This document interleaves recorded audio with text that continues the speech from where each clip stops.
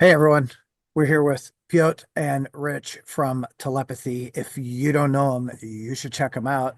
It's a really fucking awesome like post metal band. I would say instrumental, but it's so much more. So, guys, thank you. I greatly appreciate you coming to hang out and chat with me tonight Thank you, Tom. Thank you. or today or whatever it Yeah, is. no, thank you. Thank I you. don't even know. Hell yeah. It looks like so you guys been going for what about 14 years now? Coming up Yeah, on crazy. started in 2011. Yeah. Yeah, yeah. We started the band started in 2011, but I'd say probably we put out our first like mini album EP type thing in 2014. Um, Started touring probably in 2017, and then Looks like you probably guys have take had some pretty good tours. yeah, yeah. We've been pretty fortunate. Like we've got to go on tour with Solstice and Bon Ripper, Oranssi Pazuzu, Saint Vitus. Yeah, yeah, we've been really lucky. Yeah, Hell yeah. So pri have you guys like toured primarily in Europe? yeah. UK and Europe. Oh yeah, Yeah. now we got to separate those, don't we? Yeah, yeah, yeah. Unfortunately, so more paperwork for us. Yeah, yeah, that sucks. Like I'm before it sounds like the travel between countries was pretty easy when everyone was kind of the union or whatever. And now it's like, fuck, now I got to get a visa to just go there. Like, We're, It's a we're, bit it's a bit more difficult when when it's a business, when it's a band. It's just a bit more paperwork, but it's still rather free, luckily. cool. So yeah, it's just a bit more costly, but luckily it's not too bad. Not too bad. Yeah, that's good. Well, let's kind of jump into Transmissions. Just for all you out there, Transmissions is the album coming out on Pelagic on March 14th of this year. It's 7 songs, and the longest song clocks in at 15 minutes and 50 seconds, which is honestly probably my favorite song on the fucking album. oh wow, Awesome, Th- awesome. thank you. That's good. It Yeah, that's a it's good thing. yeah, it's like this great like lead up, and then all the songs leading to it, and it just really fucking hits you, and you're like, oh my God, what is going on here? This is so awesome. That's great. That's Thanks. great. We like to end with bang. Yeah, you definitely did Yeah, for sure. and I So think go ahead. it was super fun to write something like that. We took all the I was just saying to someone earlier, we took all the like the parameters that you kind of set for yourself. We kind of just took them off with this record. We didn't want to we didn't want to like pigeonhole ourselves anymore, which it felt really freeing, and we'll just let the song go where it wants. Yeah. If it wants to be 2 minutes, cool. If it wants to be 15 minutes, also cool. Still got to try to make a song that is 2 minutes. Yeah. Yeah. Well, you literally have it all there. I mean, from like a minute 57 to 15:50 and like everything between, and I don't know how you hit it in 7 songs, but you like if someone wants a 6 minute song, I got you. If you want a 5 minute song, got you there, or 2 minutes or 15, like literally Okay. everything, All right. Cool. Good. Good. I even forgot we've got 2 minutes song. It's probably Yeah. more of a we consider it more of an interlude. That's why. Yeah. But yeah, yeah. I get it. Yeah. We'll call it a song though for all intents and purposes. I respect that.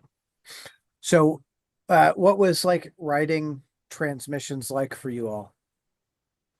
Very a lot of good time actually, which is well, I say Yeah. actually like we never have good time, but it's by good time I mean as Richard kind of mentioned, we were trying to not judge what we're doing, just do it and then listen back to it and improve upon it, and really not be afraid to try new things and things we wanted to do for a long time, actually. So in all honesty, everything we kind of did on this album, we always wanted to do. So we didn't change our mind about our music. It's just we always wanted to be able to produce the album, get to the point that we can actually produce album ourselves and include all the instruments, synths. There are some even orchestral instruments that are hidden, but usually modulated, heavily modulated. So to do all that was a great fun, and great learning curve, especially. Rich? Yeah, I think um, I think it just felt really liberating. Not. I think for the first time we felt like whatever the music was that we made, it was us. It didn't have to conform to any ideas to be a telepathy track or a telepathy album, and we really concentrated, or maybe concentrated is the wrong word, but we really allowed ourselves, like, okay, so I love uh, I love synthesizers and synth music. Like, if you're looking at like Depeche Mode or Tangerine Dream or anything like that, oh, it's okay. It's allowed to be in this band. And Pete's big into film scores and synth wave and stuff like that. I thought, why not this time? You know, let's not be afraid to be ourselves. Just because we have a couple of records that are primarily, I don't know what you'd call like a rock band record, like just Like a guitars, bass, drums. traditional, like, yeah. Yeah, like a traditional format. Oh, what, we don't have to do it again. We can do, you know, and I think if we do what we want, we're going to be happier with it in the end.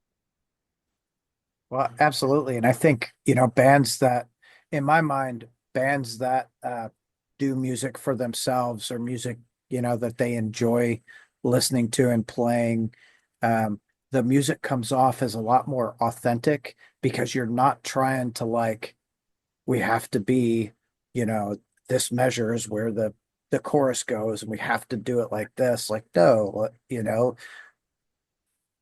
the crowds, I feel like, and correct me if I'm wrong, they enjoy it more when the band is really enjoying playing what they're playing too, you know? Yeah, I guess I agree, and because we are also thinking, we want to write tunes we enjoy playing live. That was basically like we want an album that we know.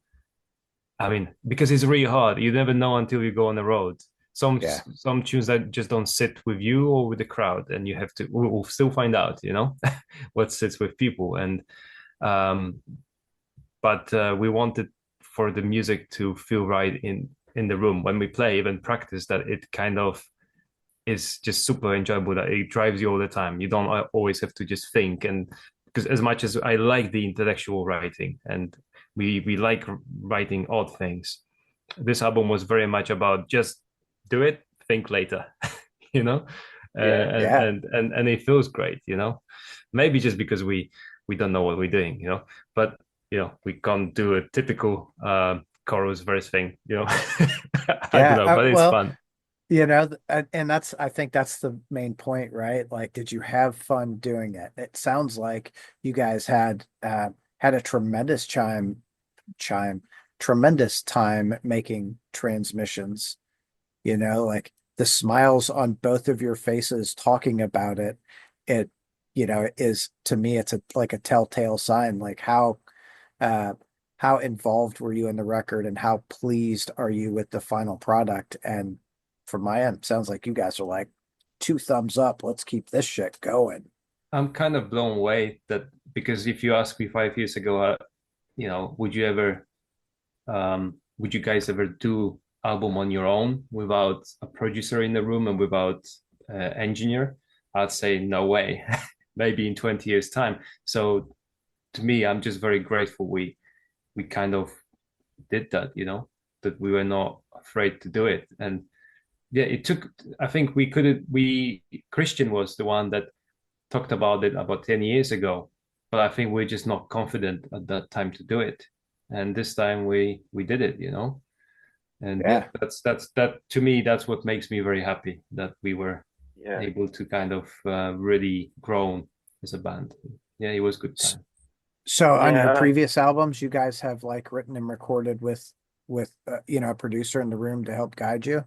At the last stage. So, but basically, recording session is kind of, you know, where producer is involved mostly Right. for smaller bands like ours. Uh, but obviously, then you limit it very much. As much as you know, it's great to have somebody like this because then it's possible to do the session without engineer and producer is much harder. But we kind of always produced our stuff, but we had on the last record producer that, you know, did make sure that we can do it within the time frame. And that's the problem. There's a time frame. As much as Yeah. it's, you know, great experience and learning from the professionals, you are limited and there's this deadline that you need to reach. Yeah. Sorry, Rich, I think you wanted to say something. I interrupted. Yeah, no, only that like we've been really fortunate the last couple of records to work with like an amazing producer mixer Gomez. He's done stuff like Paradise Lost and Oranssi Pazuzu and various other bands, like really big name bands. And we were super lucky to do a couple of records with him. But I think in this day and age, like with budgets and things like that being the way they are, we always felt like, oh, there was things we're not doing because we don't have the time. And with this record, we didn't want to get to a place where we were like, oh, I wish we'd done that. And that, I mean, this is by far the most fun and the most liberating record that I've been lucky enough to be a part in. And I think that a lot of it's down to that, you know, we'll do it on our own, and when we're happy with it, then it will be ready. That's, Yeah, you know, that yeah, I think that's the best way to look at it, right? Like, yeah, uh, you know, you hear all the time and you read all the time about the stories of, you know, we'll call it the sophomore slump, right? With bands, because that first album, like they have essentially forever, you know, to write it like how they want it. And then that next album, it's, oh my gosh, we've got to hurry up and have one out by whatever date, and our budget is this, you know, but we want it to be this so we can actually do shit. So for you guys to not limit yourself on budget and feel like you hit everything you want to hit is honestly pretty freaking impressive. yeah. I Thank think, you. That's but great. don't get me wrong. I'm sure in 6 months' time there'll be, you know, just in the back of your mind there might be, I wish I'd put a tambourine there, you know, or something like that. But you know, like right now we're in this period where it's kind of the records still are because it's not quite come out yet, but Yeah. it's sort of it's becoming not ours, and that it feels really nice to have sat with it and thought, you know, I don't have any regrets or yeah, it's been a really good time. And I'm excited for other people to hear it, see what they think. It's Yeah, been me nice too. doing like a couple of interviews today and hearing some feedback from people. Like, um, yeah, yeah, Yeah, I was I'll tell you, and God, I hope Shane doesn't hate me. I'm sorry, Shane. I was in Vegas when the album came through, so I was like I was out there with a buddy of mine, and we were doing music stuff, so we're like just hanging out in the hotel room, and I we listened to the fucking album from start to finish, and both of us look at each other like, oh my God, he's like, dude, that's so fucking good. Who is that? I'm like, ah, it's this. Here's, when the album comes out, he's like, hell yeah. So, um, not, not just me. It's great hearing other people that appreciate music can appreciate what you guys are doing, especially on transmissions. It's, I see on the album like that love for synth. You can hear it like, oh, that's cool. I like the samples because you listen to the song and you you're not. I think often when you listen to, I'll call them instrumental songs, right? You're like, oh, there something's missing there. But like the way you guys sampled stuff in those songs, it was like perfect timing. Like it just kind of comes down and here comes a little sampled voice. And you're like, oh, that's fucking neat. Where's that going? That's cool. No, I'm super glad to hear that, And there's something beautiful about synth. I think the fact, because we used analog synth, some of it emulations, and there's a beauty about analog, that it kind of, to me, feels like almost like a voice, because it's always imperfect. And I think maybe that's what it added that extra element to our music, because we don't have vocals. That even though it's synthetic sound, it kind of added organic element to it, another element, organic element. Absolutely. Yeah, it's just great fun playing with that. And yeah, both me and Rich, we just obsessed with synth. I don't know where that comes from. We just love it. And Richard's got another project where he did a lot of that, and we just bring that together onto this record. It was great. Great So fun. with the final product, Rich, it sounds like you're pretty pleased with it. Piotr, how about you? Like, how are you feeling with the finished product right now after sitting with it for a little bit? Yeah, I must say I'm quite happy, because I spent a long time mixing it, and the risk of that is you get tired of it. Um, I used I was trying to find a way to mix it so I don't get tired of it as well. So I was trying not to listen to the whole track. I literally I was I was making sure I have enough ear breaks, but it's still sitting on it for so long, for so many months, and listening to it, and then you know guys bringing new elements and so on. It just kind of, yeah. I think it's the fact maybe that we worked on it while we were mixing it as well. We were improving things and re-recording stuff. If we didn't like something, made it feel fresh the moment it came out, and then at the end having machine to master it, to add that extra spark on top of it. It's nice because you got secondary ear. So when we sent the mix to machine, he didn't have any, like, we said, okay, tell us if it's crap. But Yeah. he said, like, no, just one edit thing, literally, one comment there about the editing, um, and it was done. So a huge compliment, to be honest, to us, from him, to just take it as like, yeah, that's a great job, and let's master it. So yeah, no, I'm very pleased and shocked in a way, because Yeah. like I say, I don't believe we are able to pull it off, you know, Yeah. and be Yeah. happy with Well, it. That's another yeah. thing, because okay, we could pull it off, but to be happy with it as well, it's crazy, and it feels weird. Yeah. Well, I guess, do you feel like a little bit, I'm gonna say relieved, but I feel like there's another term I should be saying, right? When you're like transmissions is complete in your mind. There is a relief from technical side, when it comes to music. I think we are just excited to write more tunes.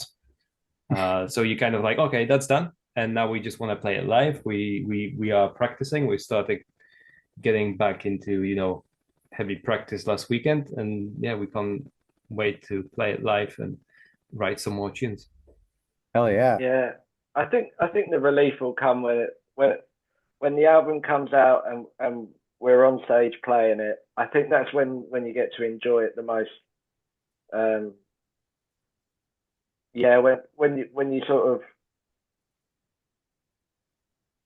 when you're making that connection with the audience, and you know it's a maybe it's a bit esoteric way to say it, but then I know the job's done. Once it's gone out to them, it feels like, oh, now it's theirs. Now I don't have to think about it anymore, and on to the next thing.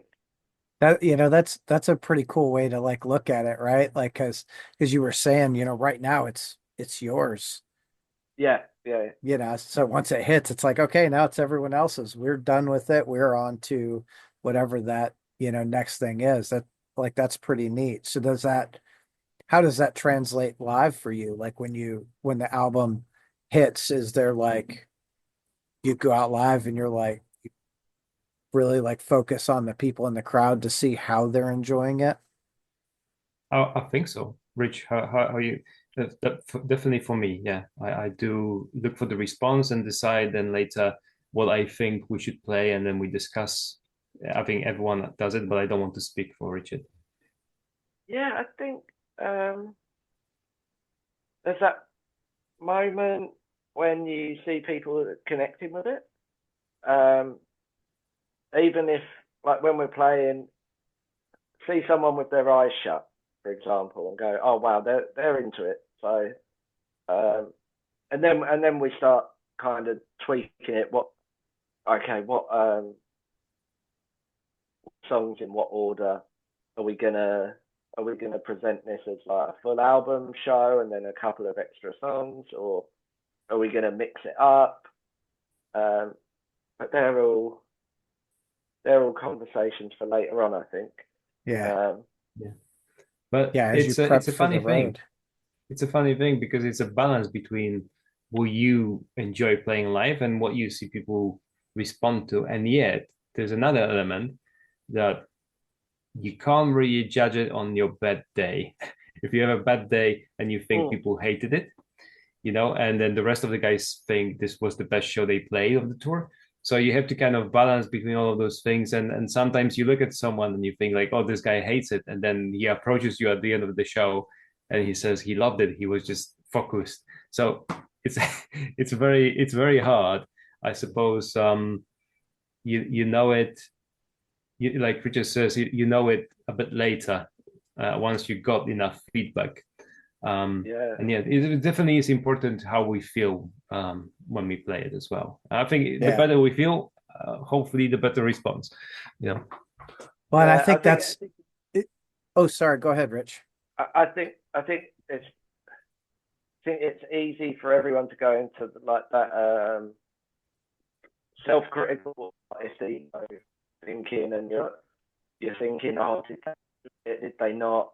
But as long as we've enjoyed it, usually other people have enjoyed it. Like if I enjoy listening to something, then I've got to take it on faith in a way that other people are going to enjoy it too. So I'm not that special and different from everyone else.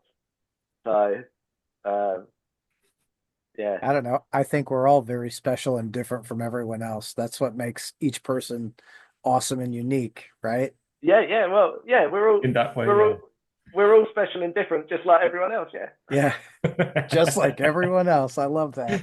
But it's funny, Pete was saying that like even on the nights where he feels like the shows are like, oh man, I really sucked tonight. It was a bad night.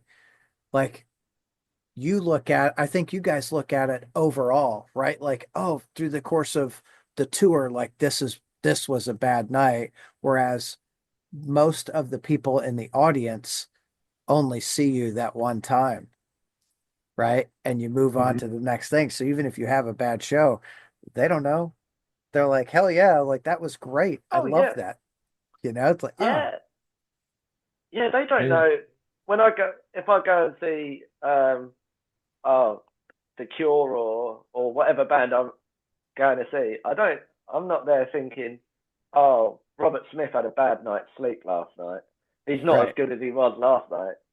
It's not in my mind. I'm just thrilled to see the Cure, To for example. Like, That's it, to be there and enjoying the show. I think it's pretty rare where um people from the audience go to multiple shows. It's cool when they do.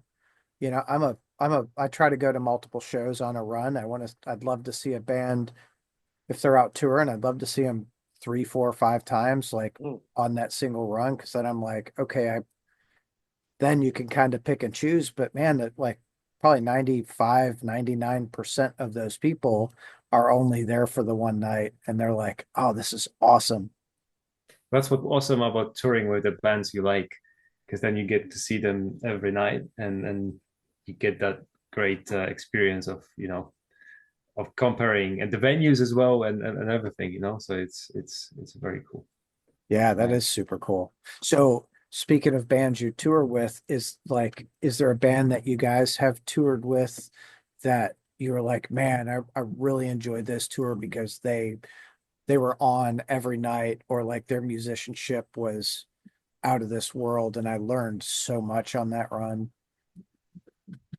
Um, Rich, you want to go first, or you want me to go first? No, yeah, no, you. No, I'm can. So I mean, there were so many bands. Some of them we didn't tour with, but we obviously played shows with. Like the Ocean, we never tour with them, but we played a few shows in a row, and they're always spot on. Rosetta, amazing live, just so much power. Soulstafir is great with the vibe, so really enjoy seeing them for a week. I actually watched every show full on, just because it's very magical. It just draws it in. Um, Bong Ripper, super heavy. So each of these bands got their unique Wait, thing, and I can't wait to see more. You just kind of almost forget, because we didn't tour with anyone bigger since when, Rich? When we played some festivals in 2022, 23, yeah. but when was the Solstice tour? That was 2019. And then Oranssi Pazuzu, oh, that man, what an experience.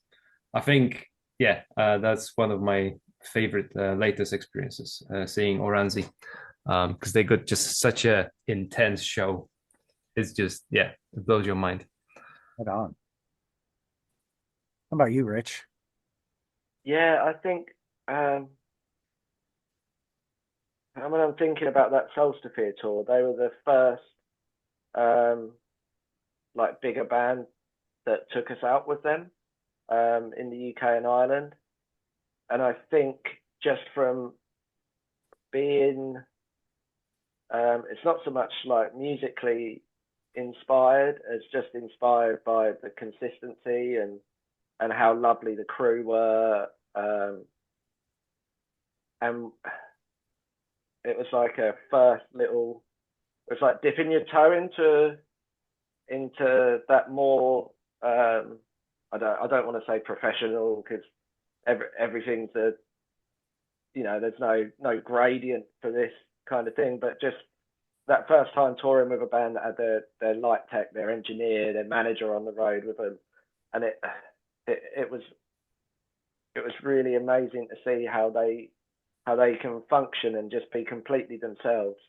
Like they had that infrastructure around them that wasn't leading them in any direction, but it was just allowing them to be themselves. That's awesome. And then, as Pete said, Oranssi. Do you know Oranssi Pazuzu? I The do. Finnish. Yep.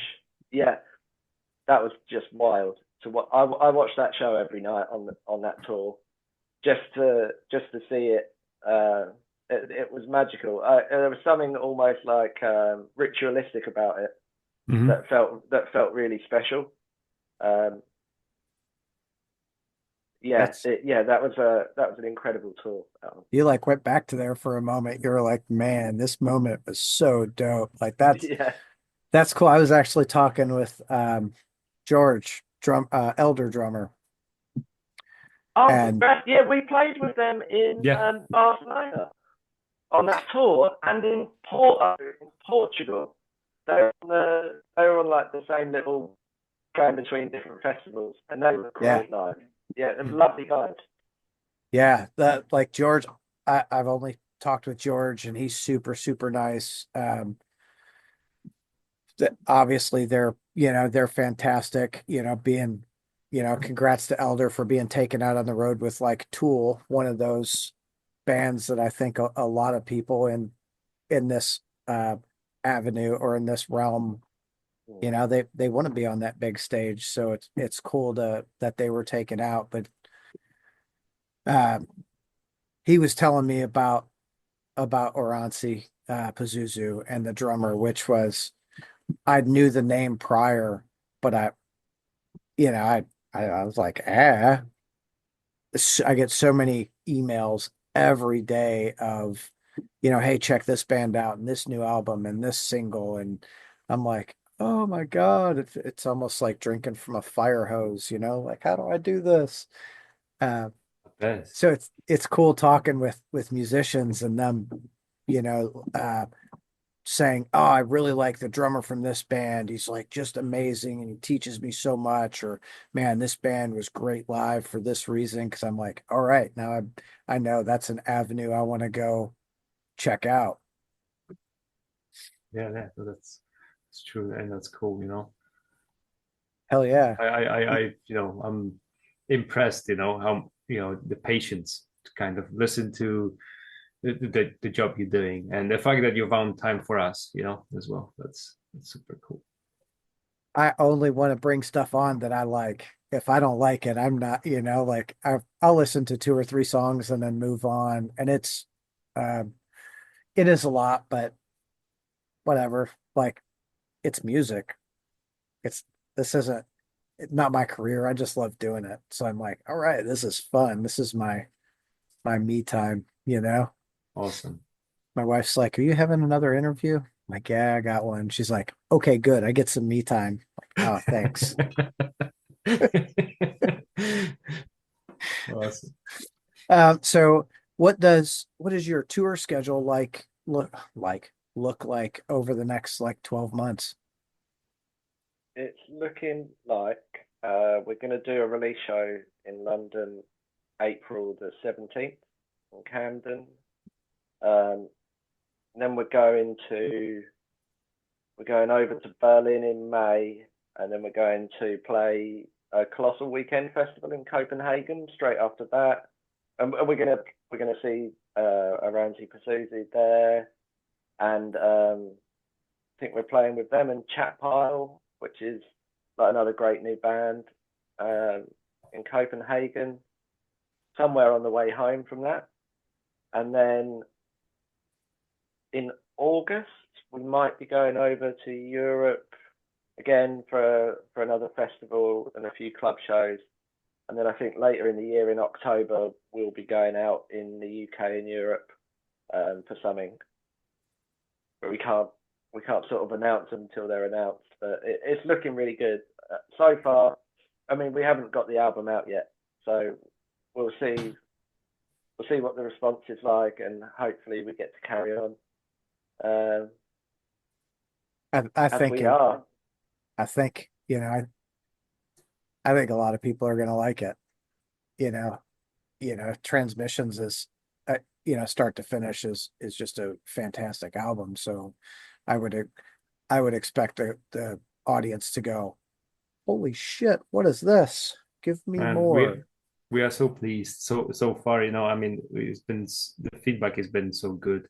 My first thought was because we joined Brilliant Pelagic, and you know, there's always a bit of fear because you're thinking, okay, so they have a strong following, you know, their fans know what they like, so either it's gonna be really bad response, or it's going to be good, and people will say like, yeah, this is up my street. And so far, you know, it's great, 99.9%. You know, people just I don't see any negativity, which is just shocking. And Yeah, so yeah, that's we awesome. really, yeah, I'm shocked on that end, you know, with the positive.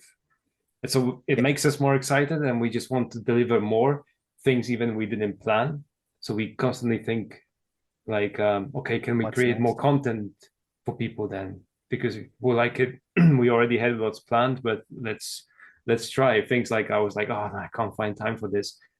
Now I want to, and I stretch myself, and so is Richard and everyone else. Yeah, I Yeah, think that well, sorry, go ahead, Rich. yeah, I think that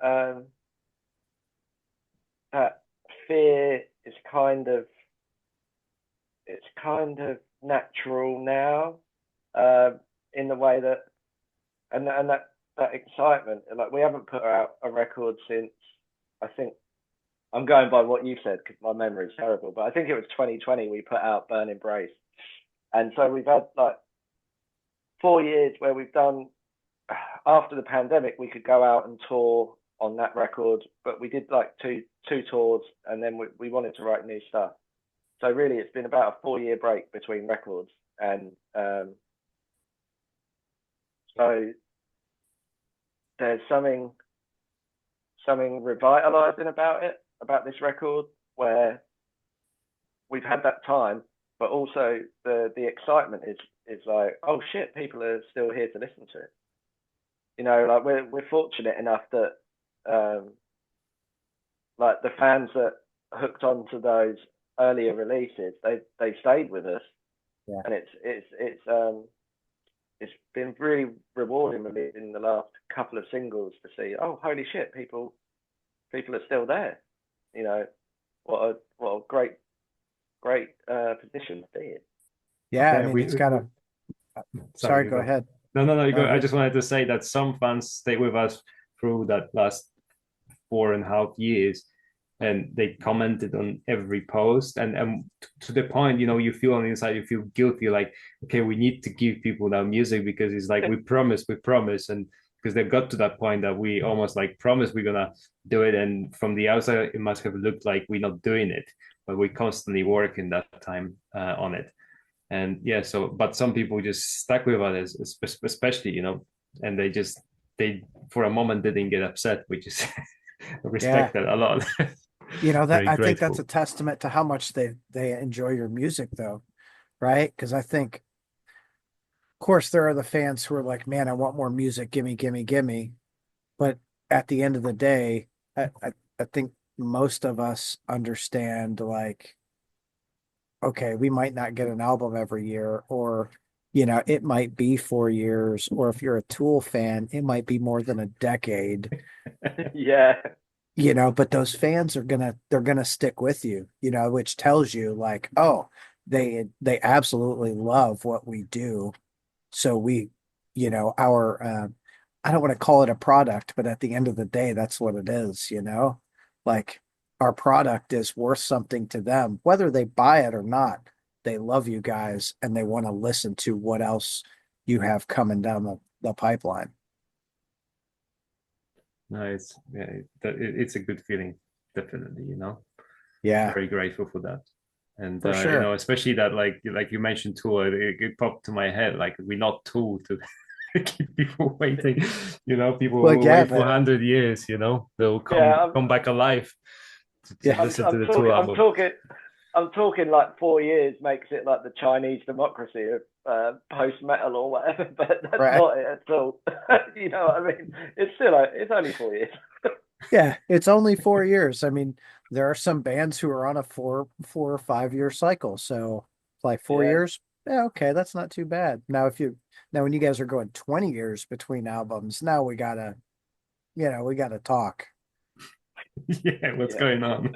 Yeah. So, but kind of to the pelagic point, I feel like I can understand where you guys were a little like, ooh, I wonder how this is gonna go. But I feel like, a lot of the people who follow the label itself have a really, eclectic taste in music, because they've got, obviously the Ocean is fantastic. And you've got Mono, and then, Oh Hiroshima. They're all kind of their own thing. I Yeah. think each band on that label is their own thing, and that's, honestly, that's a testament to you guys, and the music you create. Yeah, and I think it's a testament to Robin and his vision for the label as well, and that uh, they're they're not there um, to put things in a box. They're there to just support that artist being them. And I think when we were making this record, we were we started engineering it before, started recording it before we had a deal in place, because we knew we were leaving our former label, Spark, who are great as well. But we knew we were leaving them, and we sat down and like had like a meeting where we were saying, oh, what does everyone think? Where are we gonna? Where should we offer it to? Who do you think would be interested? What do we want to do with it? And the only label that we all agreed on was Pelagic. And when I say the only label we all agreed on, it was the only one we mentioned. We were just like, that'd be the dream. So let's try and do that. And fortunately enough, it worked out, and they've been really supportive. So Yeah, I feel like.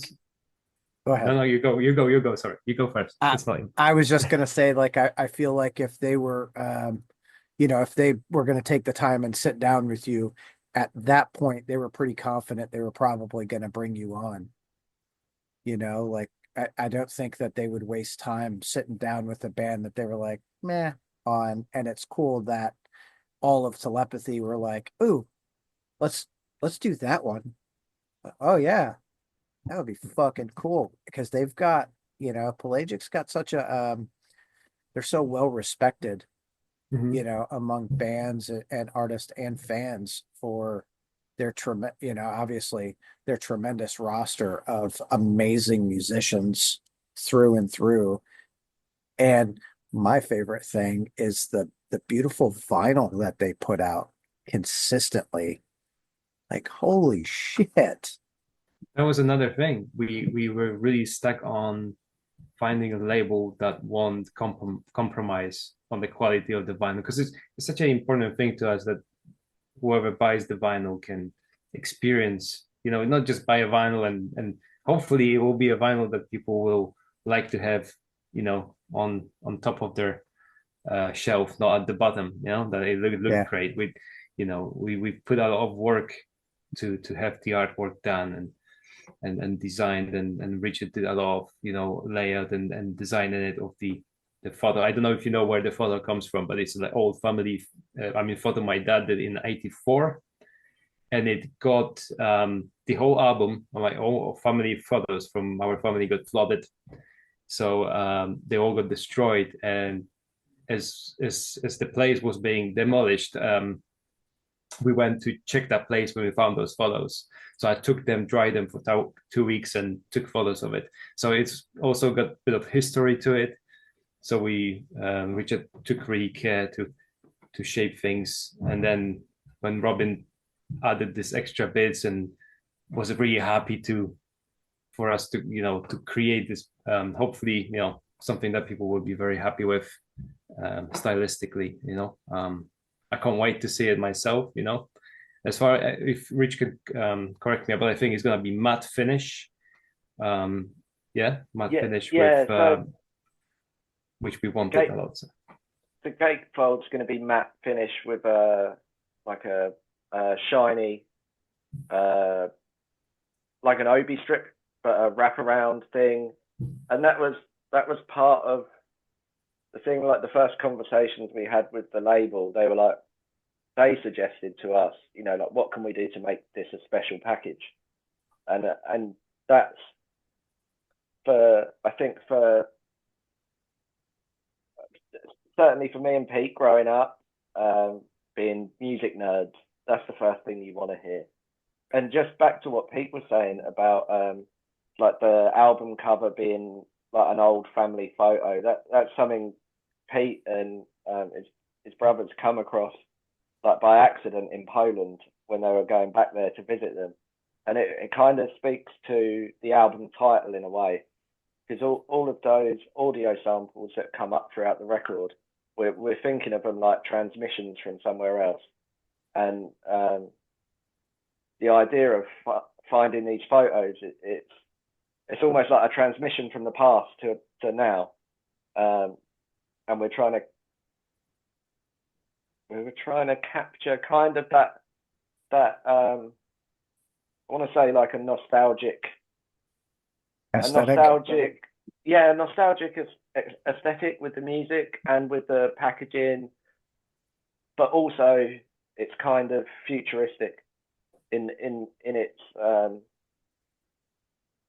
I'm trying to think of what the term is, retrofuturism. Well, I suppose in a design term or I think whatever you're would right there. be would be something along those lines. Yeah, because it's Yeah. both. It's nostalgia of the past and looking towards the future in optimistic way. We could say, I don't know, it sounds maybe a bit cheesy, but basically, I think that's why synth works so well on this album, because you got synth always represents, you think Blade Runner and so on, Yeah. Vangelis soundtrack, and it's all about future, yet it's a vintage synth and people still use it. Hans Zimmer, when he did the Blade Runner 2049, he also used vintage synth. So it works in a very nostalgic way and yet futuristic, and I think it works really nicely with the artwork. I think it's really cool that that you recovered photos and were able to turn that into the album art like that. It gave a second life, and because it was a sad moment, because I was there with my mom, and she wanted to kind of see what survived, because we left that place 20 something years ago. So there was a chance to kind of recover what was left in the shed that hold all the old belongings, that everything got destroyed and flooded and stolen. And there was those albums, and first feeling was like, oh no, like the sadness. And then the idea came to, like, why not, like, this is art.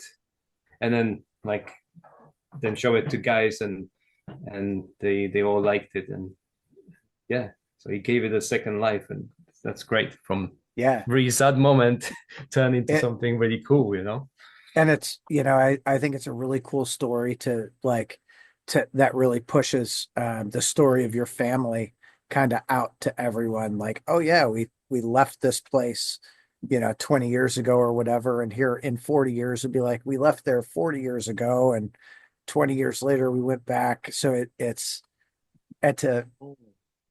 really cool to have that and to be able to translate that onto, pressed music, that you guys put together is like, it's a fucking journey, which is exactly what Transmissions is, it's a freaking journey from start to finish.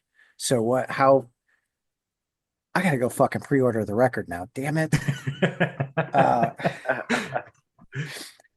But like, and I think that's another like cool thing about vinyl is you can do things like this and it's a big, like tangible piece of art, where if you guys had lyrics, you wouldn't have to like squint to read lyrics, like, oh, I could actually see, but with, with the art, you can just kind of really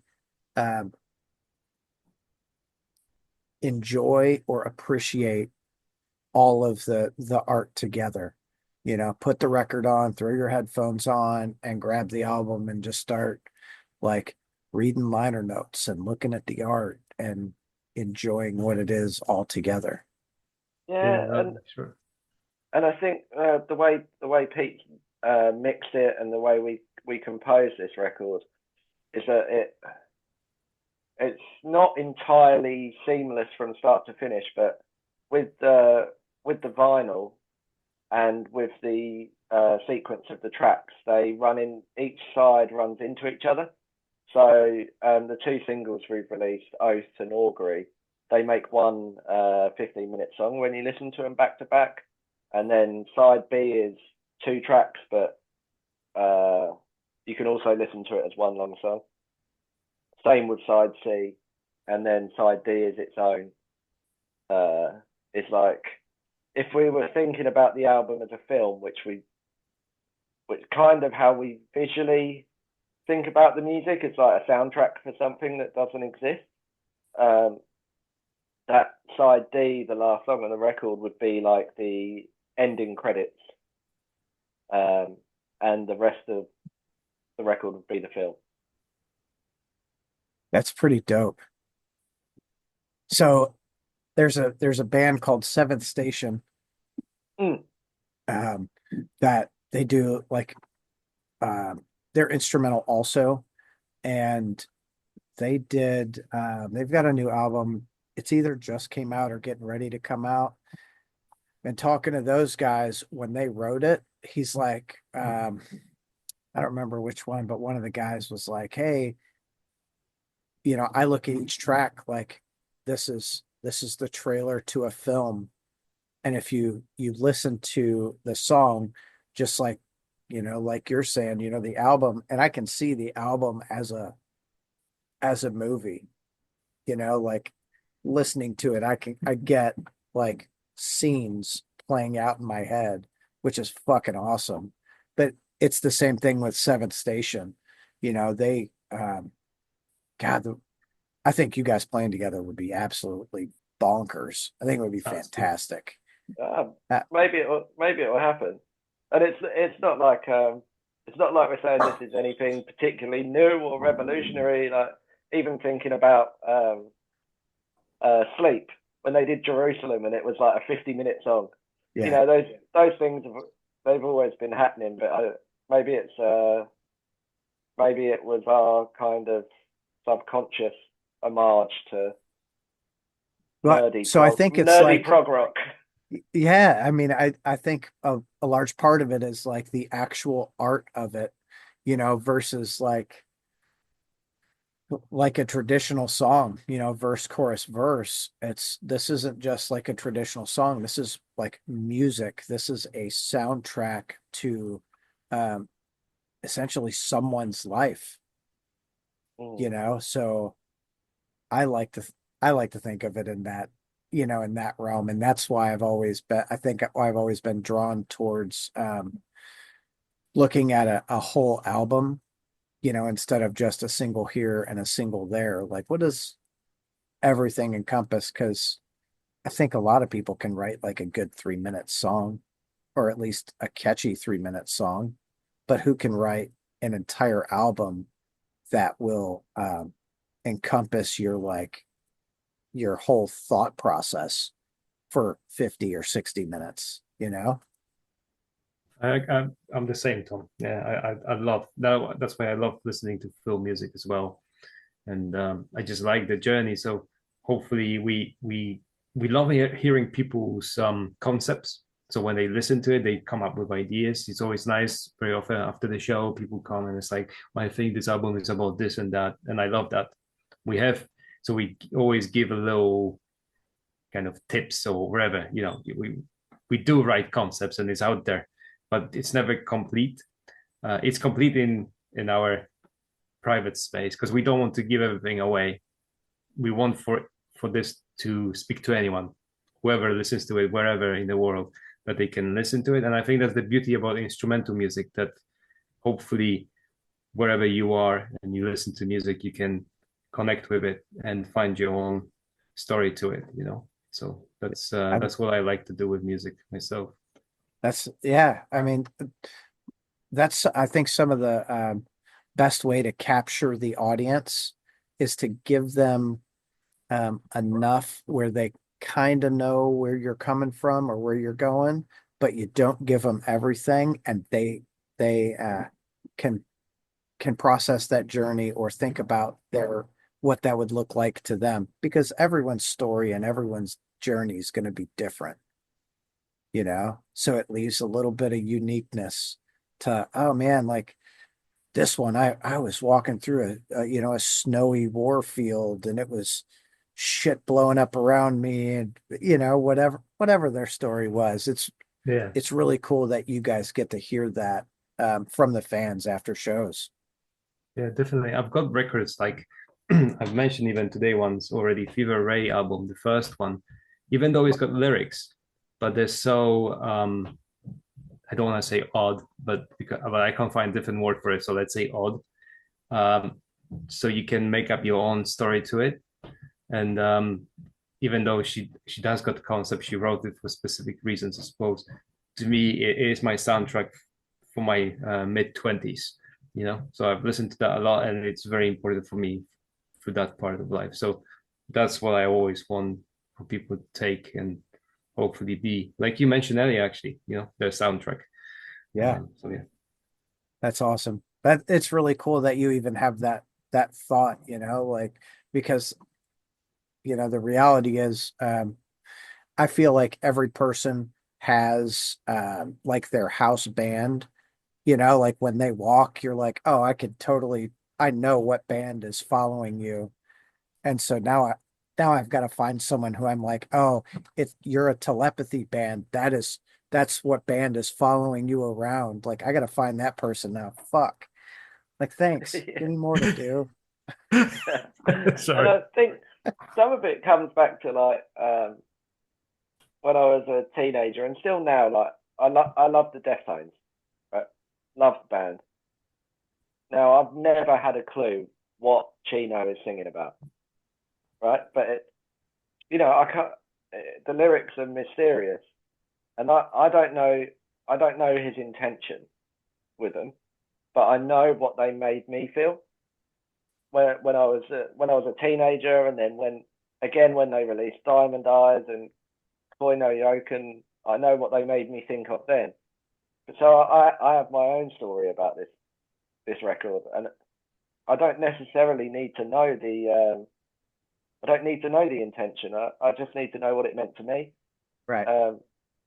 And if we can provide that for someone, then that's a wonderful thing to do. Because at the end of the day, it's not.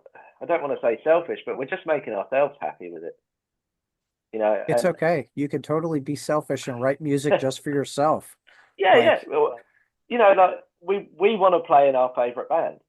yeah, That's and as you should. uh, yeah, and so it is always nice to hear those stories because you go, oh yeah, that I remember when I had that feeling about this. Uh, yeah, it's And then you it's can steal strange. the concepts. Yes, yeah. Yeah, So I think, yeah, no, yeah, you yeah. know, Then we steal their concepts and make another record. everyone says it's research and development. It's not. It's rip off and duplicate. Like that's what R&D really Yeah, stands for. It's true. yeah, yeah. I So think I'll when we tell you, we're big Deftones fans in my whole house. Like the oh kids, my wife, like when they go on tour as a family, we go see them live. Um, we try to go 3 or 4 times on any one of their runs. So anytime they're around, we're like a couple hours this way, a couple hours that way, a few hours that way, because they almost always skip us. But we're like we go and see them, and it's really cool to um, to be a fan of music and have that band that the whole family like Yeah, that's enjoys. awesome. yeah. Whereabouts are you in America? So I am in Louisville, Kentucky. Kentucky, oh, awesome. Kentucky. Cool. So like I'm right like almost dead center, like Midwest. We do well, I guess more on the eastern side of the Midwest, but we've got like Nashville, Cincinnati, Columbus, Cleveland, Detroit, Indianapolis, Chicago, St. Louis. Like those are all the places that we go see bands. And all of them are within like 4 or 5 hour drive. Wow, that's Yeah, awesome. that's never complain about driving to London, Rich. It's like No, for us, it's like what, couple hours, but it's still yeah, like, oh, drive to London just because of the traffic, I suppose. But you know, English Yeah, roads no, are a bit different, but still, the couple. distance is crazy in the I'm US. good with a couple hours. Like, it's only 2 hours. Yeah, I'm there, no problem. Like even some of those 4 and 5 hour trips, I'm like, hell yeah, I'm going. And afterwards, I'm like, why did I do that? There and back same day? What is wrong with me? Yeah, always done. So, what can we do to get you guys over here? Uh, book us and we will come. All That's right, that's the thing. done. I mean, I think it's for us and a lot of English bands, it's just a matter of finances. To get four guys on a plane to America, van rental, that kind of thing. It is just a matter of finding the right offer that will make it make sense. If we can string a couple of dates around it, we'd be there. Yeah. I mean, hopefully people like the record and an opportunity comes along. Yeah. I mean, you guys have an in with the Ocean. They do pretty good over here. That's Yeah, good. we'd have to talk to we'd have to talk to the Ocean. Yes. Yeah. Hello, Yeah. guys. We would like We to tour. need to prove But ourselves. Yeah. yeah, but I noticed you guys have this post festival over there. Yes, I think that is that in Indianapolis. it is. Yeah. So I've just looked at the lineup for that for this year, and I thought, wow, I'd love to go to that show. Oh yeah, You know, with like You Infinite, Converge, Emma Ruth Rundle, Cave In, Pianos Become the Teeth. Like, yeah, yeah. I mean, like Emma Ruth Rundle, that Engine of Hell record was probably my favorite record of that year. Converge are my all-time favorite hardcore band, um, along with Cursed. Um, yeah, it looked like a great lineup. yeah, and those dudes, the guys that put on Post Fest, super nice, and they literally so funny. So Nason, one of the founders, he's got a band called Pillars, who I'm actually really excited to see. So they started, him and his buddy started putting on Post Fest just so they could play with bands they wanted to play with. That's and good. it's grown into something really Yeah, like that we're over here in England looking at it like, oh man, that's a great lineup. yeah. How how cool is that? Like, I just talked to Nason a few weeks ago. Super nice dude. Really like, I think the lineup for Post Fest is, but like, it's bonkers this year.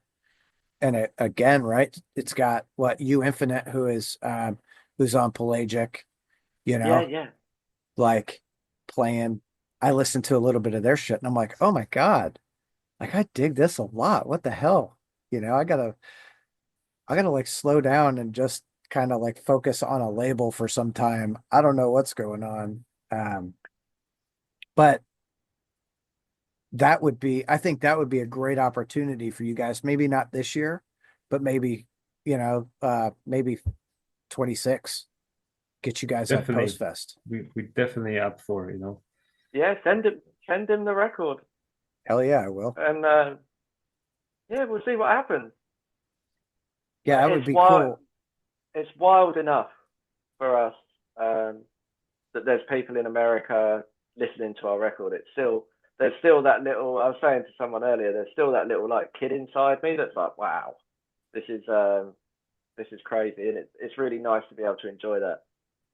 Um, So without go ahead. Yeah, no, I was only gonna, it's nice to be able to enjoy that without a sense of like false pride about it, but just to be like, oh yeah, that 14-year-old kid is really excited about this. Yeah, I was gonna ask, like, when you all were children, did you think like, oh, I'm gonna grow up and play, obviously I want to play music. That usually starts pretty early, but did you think, hey, I'm gonna play music and we're gonna be on a fucking record that someone's gonna buy on the other side of the world and they're gonna fucking love us? Was that ever like a thought? It was definitely a dream. I think it starts. I believe you think more less of a record. I suppose it depends when you would ask me. So when I was a kid, I was more thinking about being on the stage. You know, so I was always impressed with bands that got great stage presence. And that can have fun on the stage. Even Yeah. thinking like when I was 12 listening to Limp Bizkit and West Borland and yeah, I always loved his guitar playing. And then, all the classic bands and, Black Sabbath, Led Zeppelin and the Metallica and so on. Uh, I think the record came a bit later. The moment I wasn't even thinking about it until we've done the first record and thinking like, oh, this has potential to, you know, so people gonna buy it. I don't think I even thought about it until we actually printed the first album. Like, okay, so who's gonna buy it? Like, it's crazy, but I love the idea. And now, especially like Richard mentioned earlier, seeing 5 years later from Burn and Brace, to see that such a great response from US, it's crazy, you know. So it's definitely very meaningful to us, and it is mind blowing, and it's beautiful. I'm very excited about that as well for anyone who buys the record, and the fact that someone will pick it up and think it's worth his money. That's just beautiful. Yeah, well, I Very think a lot appreciative. of people are going to be uh, very pleased with their investment on this album. Thank you. Rich, how I'm about you? super. You always thought about oh sorry. Yeah, no, no, I don't want that to was leave you kind an of interview. that was kind of where I was going. Like, Rich, it's your turn. Oh yeah, I I can't say it's something I ever thought about.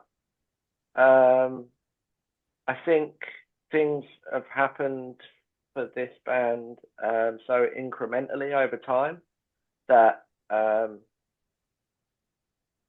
we've been fortunate that it's been really natural.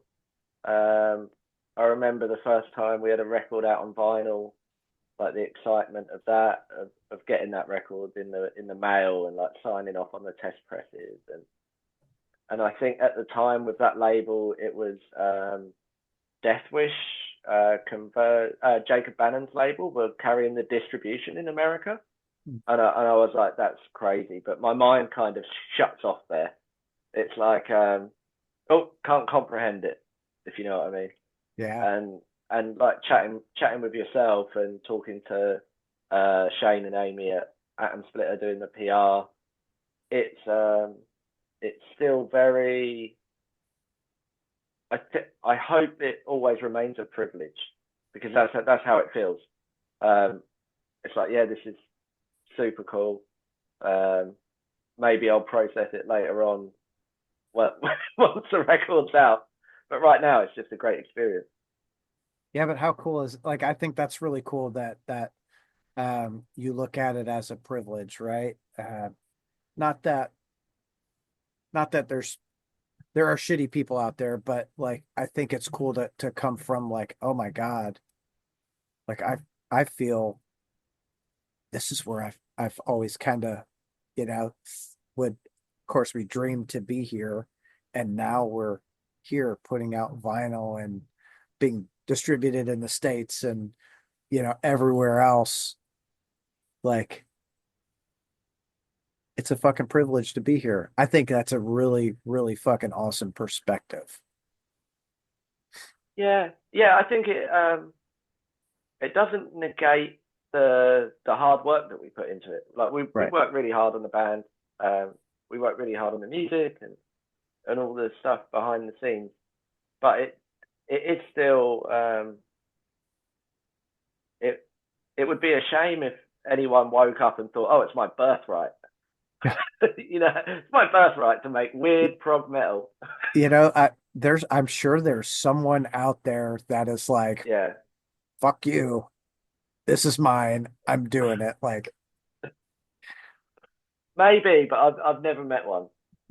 me You know what neither. I mean? Luck, thankfully I haven't. But, I think I've learned that if you can think it, there's definitely someone that has done it or has acted that way. So Yeah, whatever. and don't get me wrong. I'm sure at some point I've been backstage and thinking, oh, there's not enough water here. Yeah, we all have them days. Oh yeah. Yeah, but like, yeah, whatever, at Yeah, least you're in a position where you guys can put out music and, on a label that um I think collectively is so well respected, and get such a great response from, another part of the world. Because I think most of us, when we're young and we start playing music, it's like, I just want to play at the local bar or on the local stage, whatever that is. And Yeah. oh, there's an opportunity to go to another city. Cool, we'll do that. And then, holy shit, someone listened to me way over there. That's fucking cool, you know? It Yeah. is. Yeah, no, Okay. definitely. Um, guys, I greatly, greatly appreciate the time you've allowed me this evening to chat with you. I've had such a good time talking with you guys and hearing about the album and listening to the album. Um, I wholeheartedly want you to come to the States because I want to see you live. So do we. I mean, we want to be there, man. It'd be great. And Yeah. would be great to meet, For sure. you know. So thank you Well, so much. Thank you for your time. um, I I'm trying to get tickets for that Black Sabbath show. So Oh if I man, you and the rest of the everyone else in the UK. world. Yeah. Yeah. No, Yeah. everyone in the world. Like I was in queue for the artist pre-sale and I was like 40,000 in line or something. Like, holy shit. I think the stadium only holds 40,000. That sounds right. So they've Yeah. I think they're gonna sell out 3 times before it even goes out to the public. So Man, if I can get tickets, I'm gonna tell you because I want you guys to have a show at some point around that so I can come and see you fucking live. we'll make Awesome. we'll make it work. Yes. Yeah. That is the craziest lineup though. Like It's Metallica are supporting Black Sabbath. Oh, fuck, mad. and Slayer. Yeah. Like, Yeah. oh my So God. cool. Yeah, I think it's super cool. So I'm not going to keep you guys any longer. Again, thank you. And seriously, if you guys ever, like want something or need something, shoot me a message. I'll happily help you out any way that I possibly can. If it's a show over here, I can absolutely make something happen. Man, I appreciate that. Sounds great. Yeah. We'll All right, definitely man. be in touch. Hell Thank yeah. you for taking the time to speak to us, and for supporting the record. Uh, yeah. Respect. Thank you. Absolutely. Well, you guys go and have a great night. All right. Yeah, man. You too. Thanks. Good one. See ya. See you later. See you later.